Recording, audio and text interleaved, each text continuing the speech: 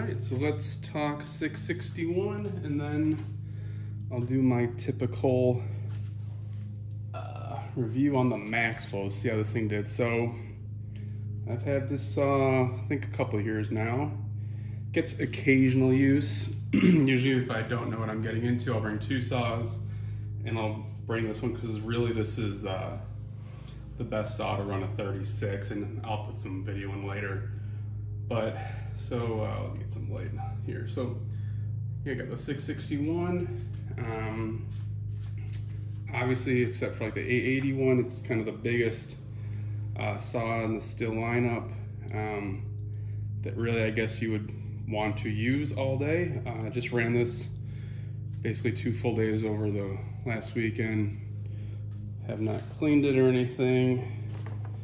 I have my typical Egan Straightshot and a MaxFlow. So you can see the saw is pretty dirty now. Have not cleaned anything off.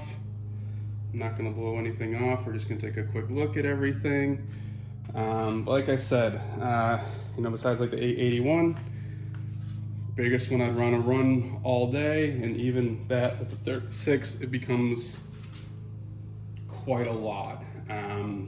So I don't use this saw a whole lot, so this is not a long-term review, but if you're gonna be cutting hardwood and you need a 36, I don't know if there is a better saw in the lineup than the 661 for that. The 500 I think is still just a little too small to really run a 36 all day. You know, even with the upgraded suspension kit, I just think it's still asking too much of that saw. You know, the AV is way better in this saw compared to, you know, my favorites, the 46 and the 44. So I will say, after running this for 2 full days, except for the weight, it was very comfortable. I usually wear the typical logger style gloves that give a little bit of shock absorption, but you know, besides the weight, very comfortable saw to run.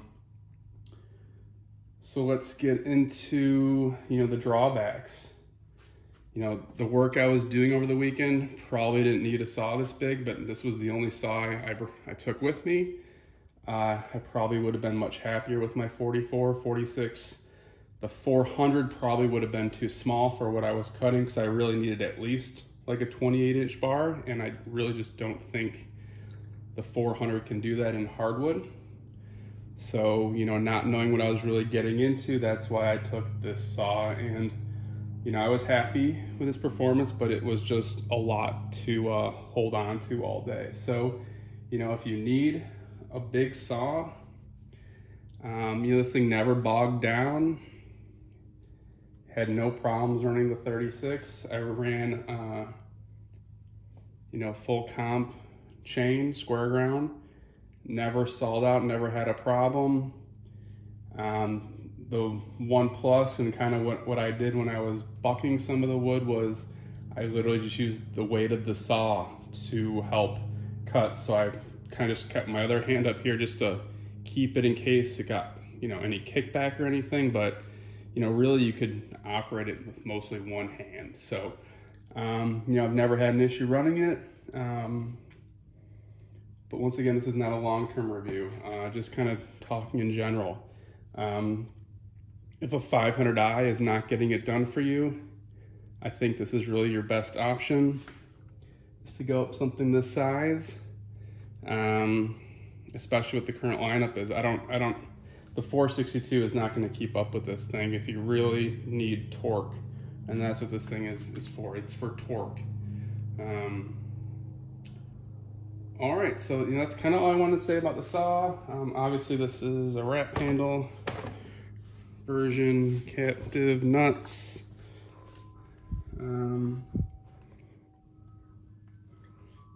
So, you know, I like the captive nuts. It's something you're not going to lose them. You know, kind of cool dog, especially for like a factory Stihl, how they did kind of the lightweight cutouts and everything. And then obviously everything I run is a Egan Straightshot. You can see this is an Untronic saw and got the nice kind of light brown going on there. So, like I said, ran perfectly. So let's do the typical check of the MaxFlow. So let's pop this off.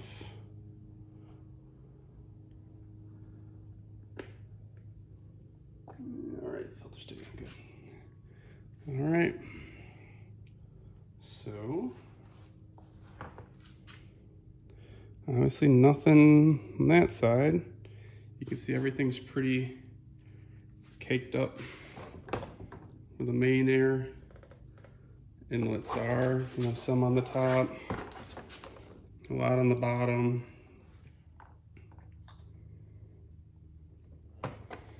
And now for the important part.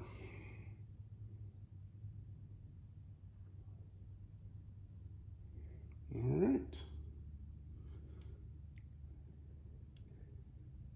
Yeah, nothing in there at all. Everything is perfectly clean except for these little, you know, specks that came off. Taking the filter off. But no, everything is perfect.